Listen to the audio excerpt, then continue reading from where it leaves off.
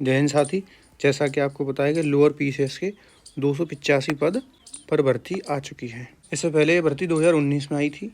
साथ ही अगर आप लोअर पीसीएस के बारे में कुछ नहीं जानते हैं तो ये वीडियो आपके लिए पर्याप्त है। फॉर्म भरने से लेकर सिलेबस और सारी जानकारियाँ मैं इस क्लास में दे दूँगा।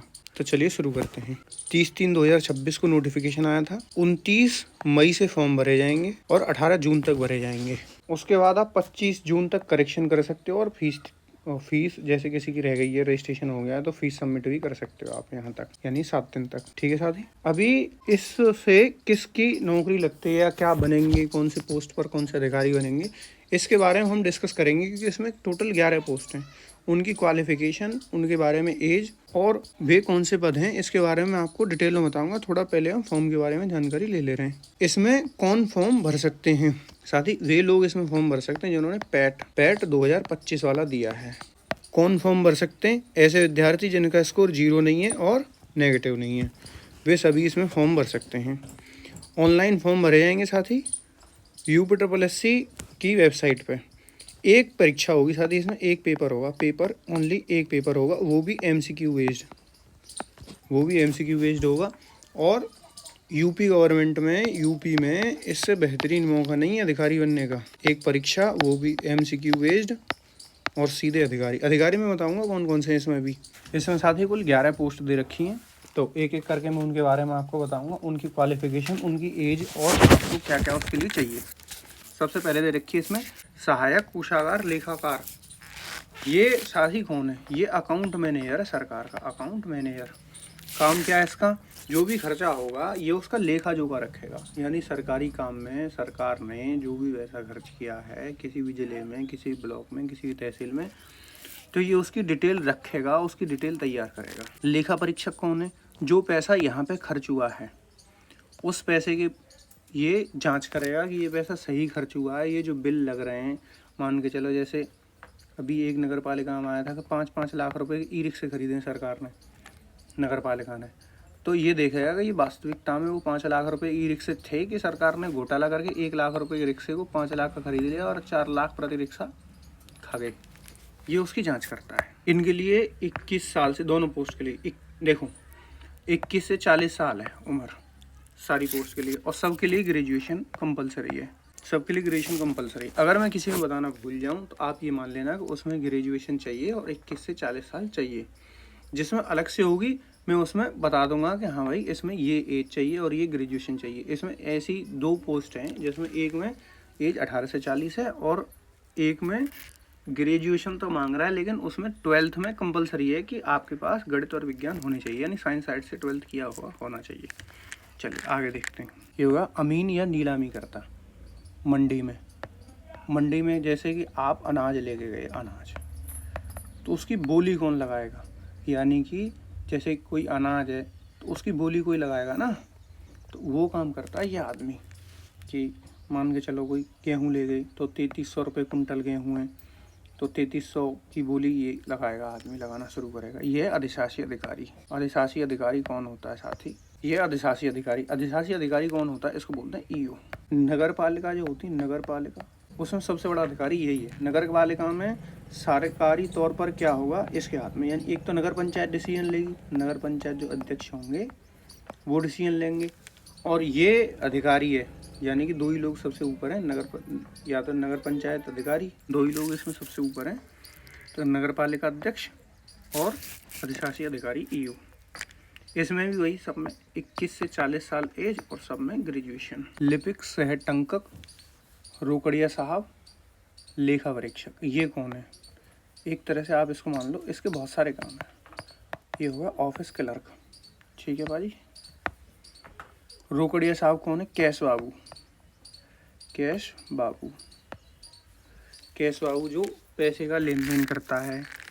ये क्लर्क है, ऑफिस के सारे डॉक्यूमेंट वगैरह टाइप करना और सारे काम करना इसका काम है कैश बाबू का। सहायक चकबंदी अधिकारी, सहायक आयती कर अधिकारी। तो साथ ही सहायक चकबंदी अधिकारी का काम क्या है? चकबंदी से संबंधित जितने भी काम है, यानी ग्राम पंचायत में चकबंदी कौन करता है? लेखपाल चकबंदी और चकबंदी अधिकारी करेगा।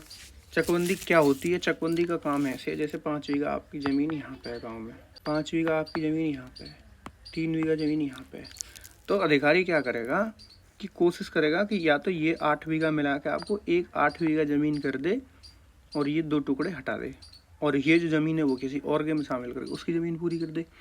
या फिर क्या करेगा 5 ये और 3 ये, यानी कि 13 बीघा ज़मीन आपको किसी एक जगह पर दे दे। इसी को चकबंदी बोलते हैं। सहायक प्रबंधक गैर तकनीकी। कुल मिला के बात यह है कि जो MSME होते हैं,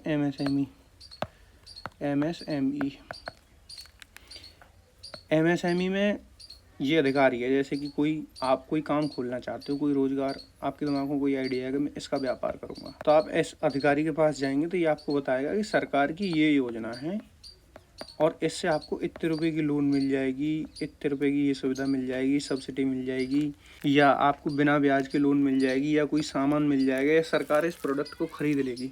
ये सारे काम इसके होते हैं, सहायक प्रबंधक गैर तकनीकी उद्योग विभाग में। ठीक है साथी, चलिए आगे देख। यही वही हो गया, सेम वही पोस्ट है, बस ये है कि ये विशेष पद है। उत्तर प्रदेश राजस्व सड़क निगम केंद्रीय प्रभारी। ये होता है भाई साहब एक तरह से जैसे आप रेलवे में बोलते हैं ना स्टेशन मास्टर, ऐसे ही इसको रोडवेज का स्टेशन मास्टर मानो आप। सारे काम यही करेगा केंद्रीय प्रभारी।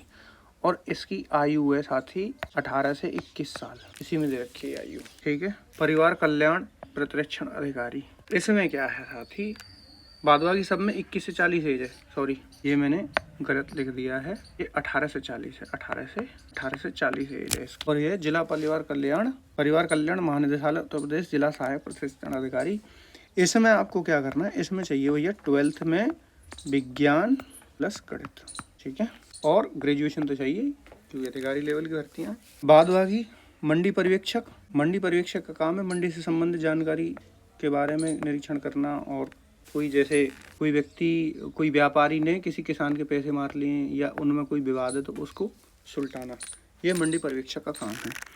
तो साथी मुझे उम्मीद है कि यहाँ तक आपकी सारी बात समझ में आई होगी, कौन सा पद है और किस में क्या क्वालिफिकेशन चाहिए, क्या स्पेसिफिकेशन है। अब साथ ही हम इसके सिलेबस की बात कर लेते हैं। तो पहले देख लेते हैं, लिखित परीक्षा में एक प्रश्न पत्र होगा जिसमें कुल 100 प्रश्न होंगे, 2 घंटे की टाइमिंग मिलेगी आपको, और ऑब्जेक्टिव क्वेश्चन होंगे, बहुविकल्पीय प्रश्न होंगे, 1 बटे 4 के नेगेटिव मार्किंग है। यहाँ तक आपकी बात समझ में आ गई।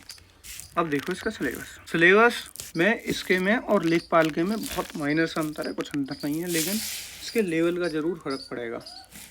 देखो, इतिहास 5 नंबर का है, पॉलिटी 10 नंबर की है, लेखपाल में भी 5 नंबर की, भूगोल 5 नंबर, भारतीय अर्थव्यवस्था सामाजिक विकास ये लेखपाल में 5 नंबर का, यहाँ पे 10 नंबर का, सामान्य विज्ञान पर्यावरण वहाँ पे भी 10 नंबर का है, और ये आपदा प्रबंधन भी हो उसमें, राष्ट्रीय अंतर्राष्ट्रीय महत्वपूर्ण समसामयिक घटनाएं करंट अफेयर्स 5 नंबर की, रीजनिंग लेखपाल में नहीं है, 5 नंबर का गणित वहाँ पे 10 नंबर का DI है, 5 नंबर की हिंदी लेखपाल में 10 नंबर की है, 15 नंबर का कंप्यूटर और 20 नंबर की UPG के। ये 100 क्वेश्चन हो गए 100 नंबर के। इसके बारे में ये साथ ही थोड़ा डिटेल में दे रखें टॉपिक खोल के कि क्या क्या आपको पढ़ना है।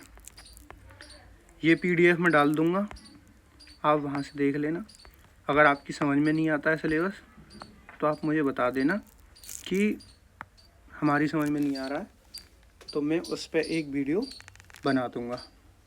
ये अंग्रेजी में नीचे नोटिफिकेशन दे रखा है, तो आप ये भी पढ़ लेना। अभी बात कर लेते हैं साथ ही इसकी फीस की। इसमें 25 रुपये प्रत्येक कैटेगरी के लिए जाएंगे, 25 रुपये हर एक कैटेगरी के लिए जाएंगे। और जैसे आप स्वतंत्रता सेनानी हैं, भूतपूर्व सैनिक हैं, विकलांग हैं, महिलाएं, तो आप अपनी कैटेगरी के अकॉर्डिंग, यानी कि आप जिस जाति में आते हैं और वो जाति जिस कैटेगरी में आती है उसके अकॉर्डिंग आप फीस भरेंगे। तो सबकी ही फीस 25-25 है, तो सबकी फीस बराबर है, तो इतनी दिक्कत है नहीं, 25 रुपये फीस है। अब मैं बताता हूँ आपको करना क्या है। देखो 25 रुपये की बात है, मैं तो ये कहूँगा कि जिसके 0 नहीं है और माइनस में नहीं है उस हर व्यक्ति को ये अप्लाई करना चाहिए। लेकिन फिर भी आप जानना चाहते हैं कि नहीं, फिर भी कोई अगर मार्क्स हों तो देखो 2285 वैकेंसी हैं, और अभी लेखपाल की 8000 के करीब पोस्ट थी, उसमें 45 गुने बच्चे लिए हैं, और उसमें भी 45 गुने बच्चे लिए हैं, और उसकी कट ऑफ हुई है 55। ये इसके 4 गुने के बराबर, यानी 1/4 वैकेंसी अनुमानित। तो फिर इसमें आपको क्या करना है, मेरे हिसाब से जिस व्यक्ति के 60 अंक हैं उसको अप्लाई करना चाहिए। उसका कारण यह है कि लेखपाल में सिर्फ 12th मांगते हैं और इसमें मांग रहे हैं ग्रेजुएशन। और सरकार चाहे कितने भी गुने बच्चे मांग ले, चुनाव है तो वे भी प्रयास करेंगे कि अधिक से अधिक बच्चे उनको लेने हैं। तो इसीलिए ऐसा ना हो जैसे लोगों ने 60 नंबर वालों ने लेखपाल में अप्लाई किया और कट ऑफ चलेगी 55। तो जो लोग अच्छा स्कोर कर सकते थे, लेखपाल की तैयारी कर सकते थे, उन्होंने छोड़ दिया और वे अब निराश हैं। और जिन्होंने ये सोच के डाल दिया कि 25 में कुछ नहीं होता, आज वे लेखपाल के पेपर में बैठेंगे और उनसे अच्छे बच्चे जिनके 59 नंबर थे, 62 नंबर थे, उन्होंने नहीं भरा ना। तो ये गलती आप मत करना। अभी इसका फॉर्म कैसे भरा जाएगा तो ये एक वीडियो में तब बना दूंगा जब इसके फॉर्म भरे जाएंगे। अभी से आप इसकी चिंता मत करो।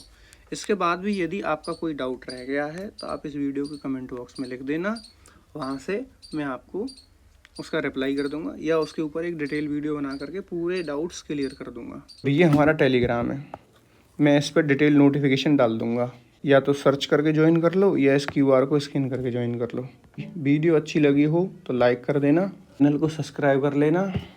आप मुझे पर्सनल मैसेज भी कर सकते हो या टेलीग्राम के डिस्कशन ग्रुप में जुड़ना चाहते हैं तो इस कमेंट में मैसेज कर देंगे तो आप डिस्कशन ग्रुप में पहुंच जाएंगे। इस डिस्कशन ग्रुप से ही आपको मेरा पर्सनल भी मिल जाएगा, तो आप वहां से ही मुझे मैसेज कर सकते हैं। इसी अच्छी बात के साथ धन्यवाद साथियों।